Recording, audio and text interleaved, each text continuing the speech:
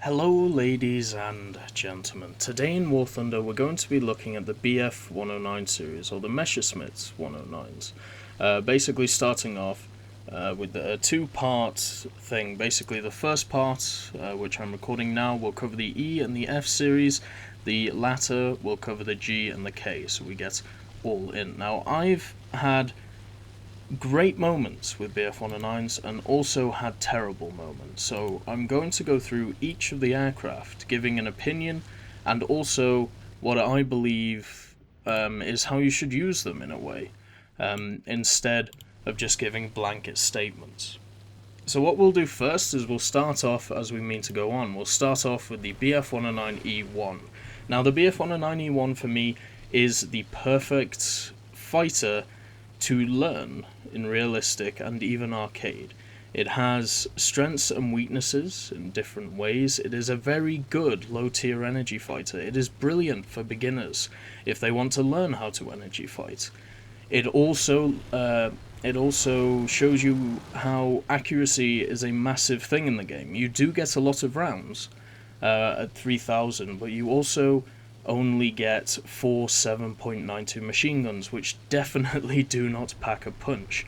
And the thing is, with this fighter, because of its low BR at 2.0 in realistic and 1.7 in arcade, you can unlock it very fast when you are basically progressing through the game. And even for people who are in the late game, let's talk about tier 4 and tier 5, if you are struggling to energy fight or boom and zoom, they are key parts of tier 4 and tier 5 basic gameplay.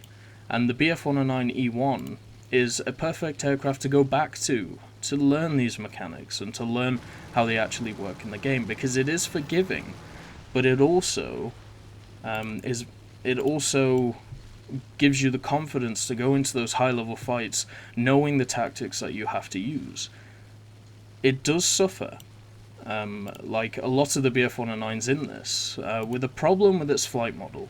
And the problem is, under about 350 kilometers an hour IAS, its elevator decides to kangaroo. Now I have checked this with mouse, joystick, even keyboard controls, and they all do it.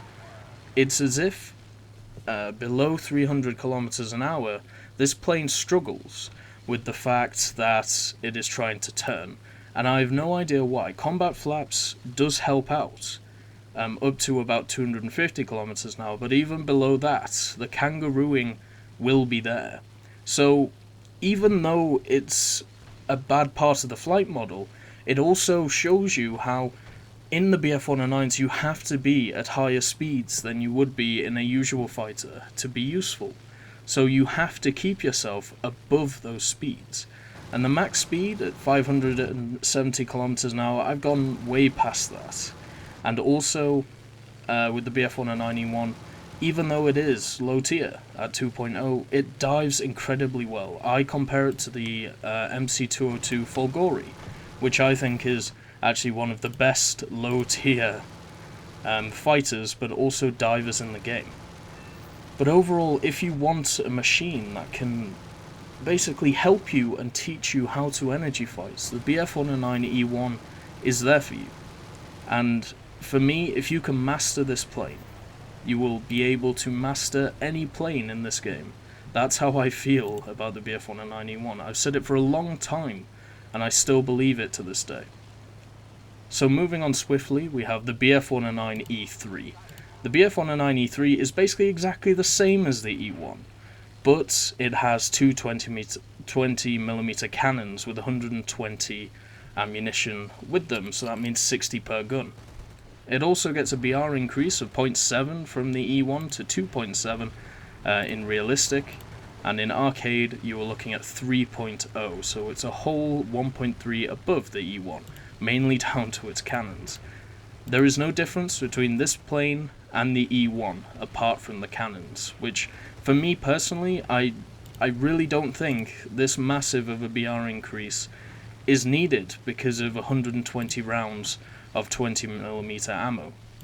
But talking about the 20mm ammo, I use air targets. I believe it's the best, basically because it has all fragmentation incendiary and incendiary rounds and high explosive rounds, so therefore if you hit a target it should definitely die. Another thing about this plane is that it is exactly like the E1. I would even say it has the exact flight model of the E1, weirdly enough, because, well, it performs in exactly the same way. So if you have mastered the E1, you should do absolutely wonderfully in the E3.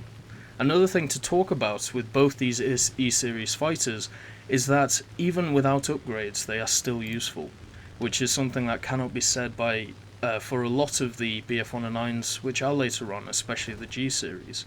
But the E1 and the E3 can stand up against what it fights at its BR, even stock. And when it's fully upgraded, it just makes everything easier, especially when you get stuff like the engine injection and the new guns, just to make accuracy a bit better, especially with the E3 with the minimal amount of rounds that you have for the 20s. Another thing to take into account is that you have two 7.92s with the E3, with 2,000 rounds, so even if you miss all of your 20mm shots, you will still have 2,000 rounds of 7.92, so once again, this is a forgiving aircraft when it comes to ammunition, when it comes to everything. A thing to also talk about with the E-Series is that if you get hit once, you will, your oil will either go, or your coolant will get hit, and your engine will start to die. The BF-109s are interesting when it comes to their engines. At the lower levels, I would say they have actually quite powerful engines, but with one hit to the engine, or around the engine, you lose your oil pressure and you lose your coolant, meaning that you will have to go back to base, and that management of your temperatures of your engine is absolutely massive. You have to keep on the ball in realistic arcade or even simulator. And that's completely fine, because as beginner planes, that is something you should be learning as a pilot as you go along. So overall, with the BF-109E series, I would say they are two wonderful fighters that we have in game right now. They are very, very forgiving to beginners, and also overall, they're just fun to fly. Even if you come up against stuff like a Hellcat or, the Spitfire, you can still have advantages. You can still usually outclimb them or outturn them. The BF-109s in the E-Series are still decent turners, which a lot of people seem to forget.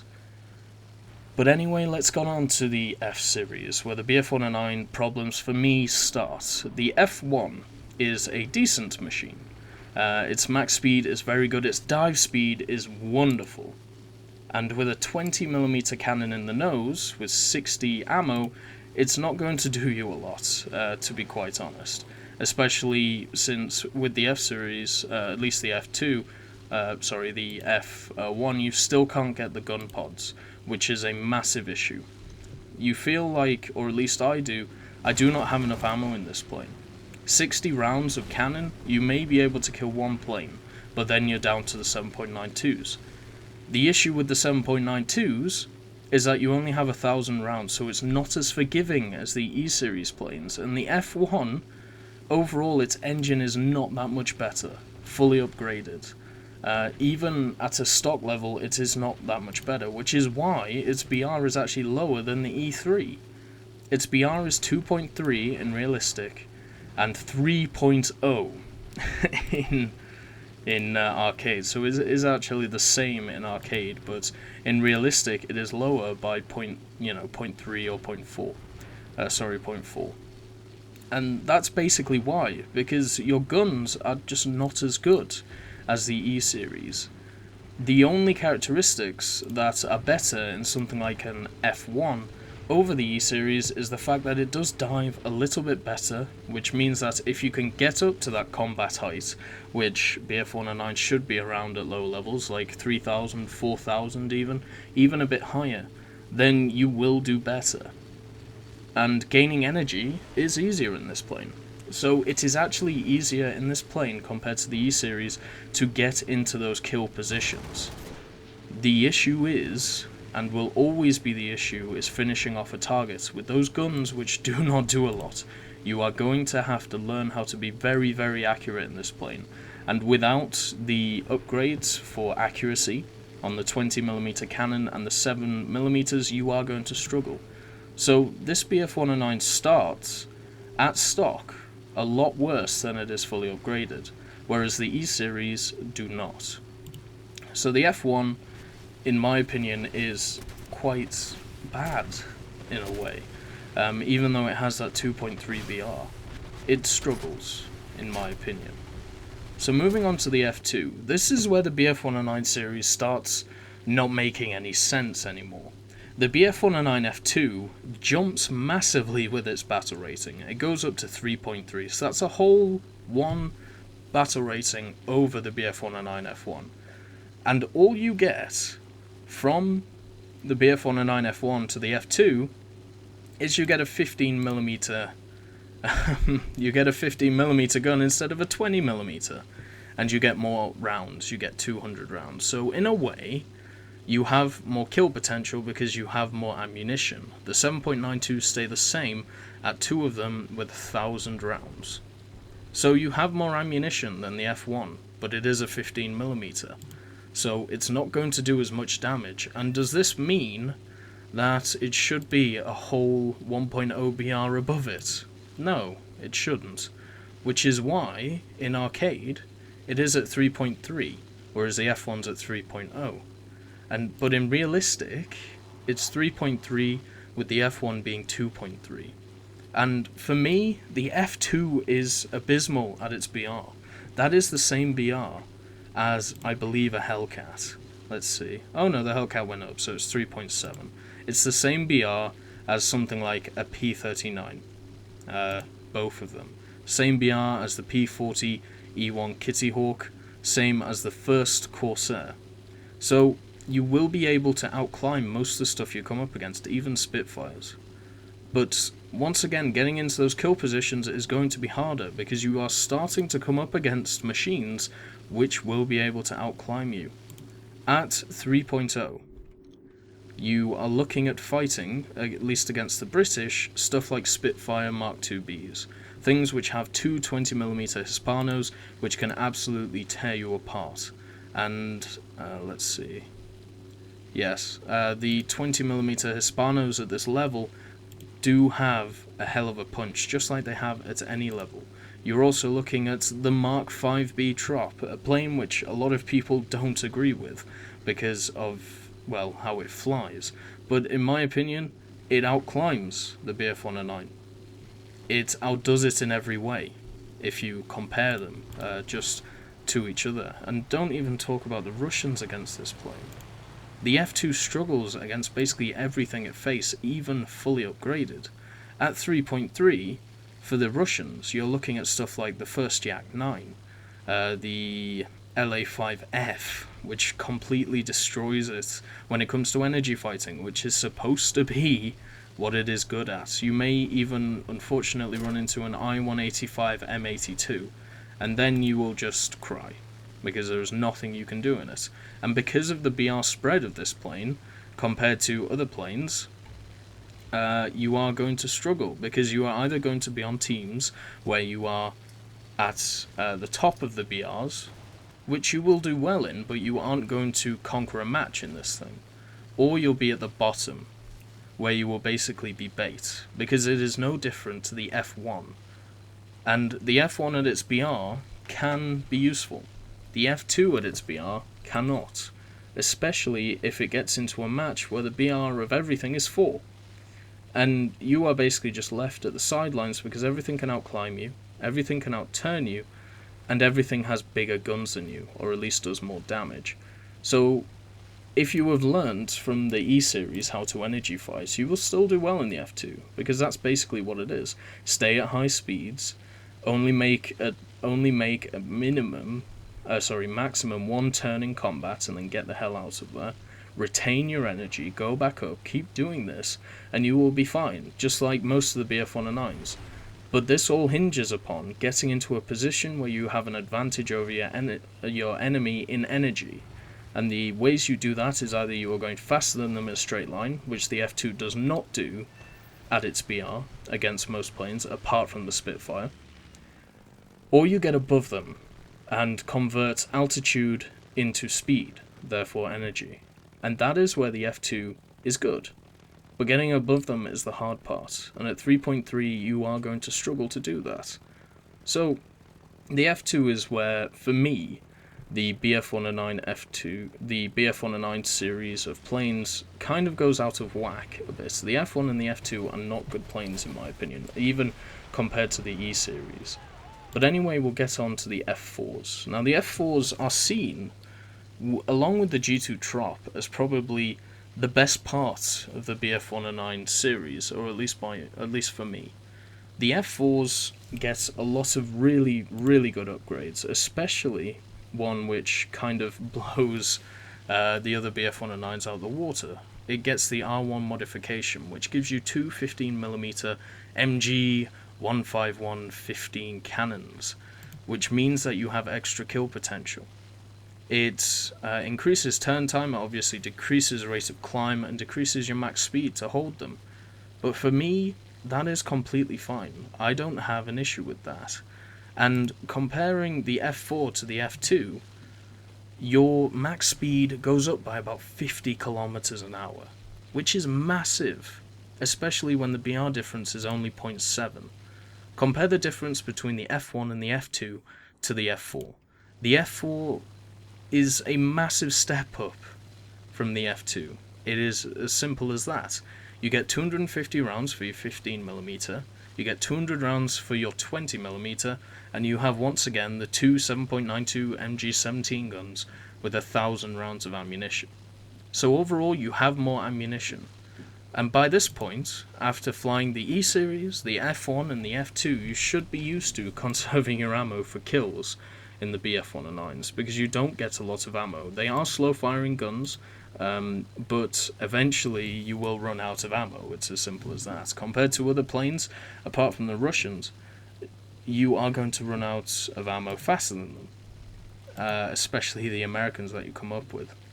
So the BF-109 F4 at 4.0 really does do well, even at stock. It is able to do really well. Now, the issue was before is that it used to come up against stuff which was at 5.0, because that's all that people like the Americans were playing. They were playing Mustangs, they were playing Bearcats when they were lower, but nowadays it's a bit different. The Mustang has fallen out of favour, and stuff like the P47, the P38, the mid tier 2 to tier 3 range of the American line has come back into favour.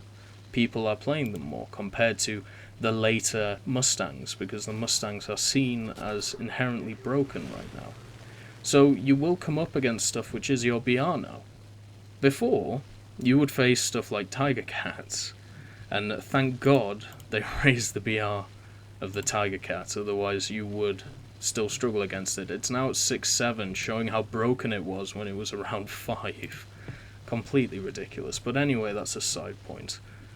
The BF-109 F4 at 4.0 is good at stock, gets better with upgrades, just as it goes, and with key upgrades being obviously the R1 modification, so you can deal with those pesky bombers, and the engine injection, which gives you so much more to the engine itself, giving you that climb rate, which is very good against most of the stuff it comes up against.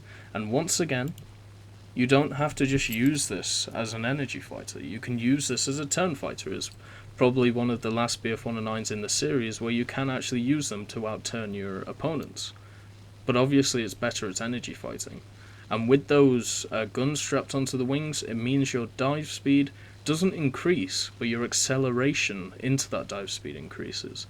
And because this plane can take more G's in a way, you can dive harder. You can dive faster, making this plane's BR completely justified. This is one of the planes in the game which its BR hasn't really changed since I've been around.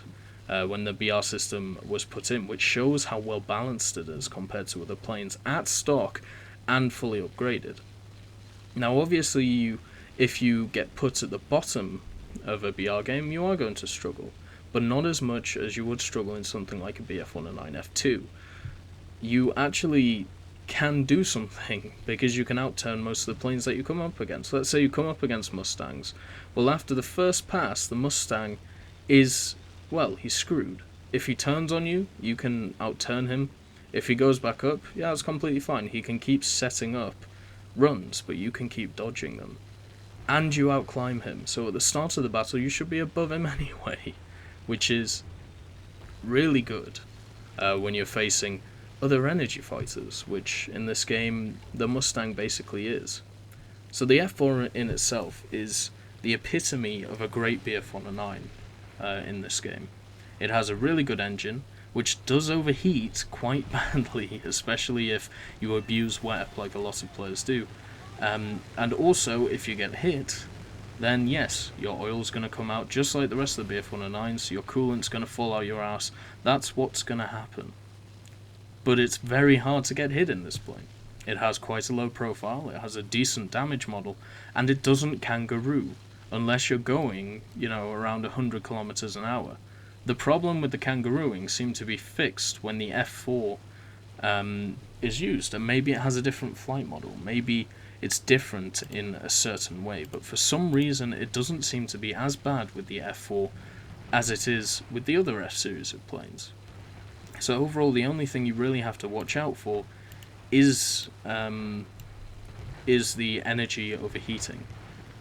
But in every other area, this BF-109 is beautiful. It is great to fly. It is fun to fly. And for me personally, that is all that matters when it comes. And when it comes to War Thunder. So the BF-109 F4 is definitely a plane that people should pick up and should fly, because once again it is a stopgap before getting into those really high tiers. So if you are struggling in those high tiers, struggling to energy fights, you can go back to the 109 F4 and you can learn it, and it's still a bit more forgiving than other planes. So we'll get on to its brother, the BF-109 F4 Trop, or the tropical variant. Now, the only real difference between the F4 Trop and the F4 is that there's a bit more speed in the vanilla F4, but that's really about it. Also, the Trop, its engine doesn't overheat as fast, so you can use WEP more, so that's basically negated.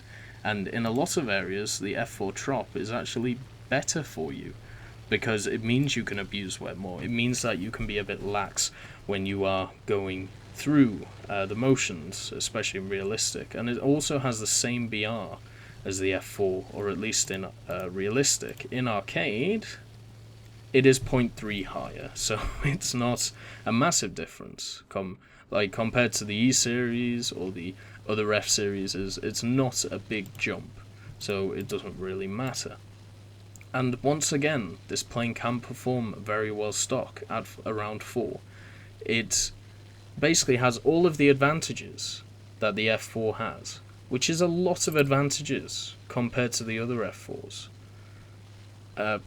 Compared to the other F-series, such as the F1 and the F2. But it doesn't have the disadvantages that the F4 has. So it doesn't have the engine problems.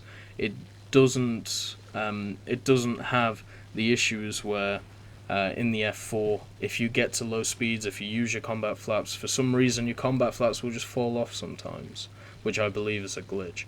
It does have the issue with the tail, where if you get hit in the tail, such as the elevator, you will just go straight up, and then you'll go into a dive.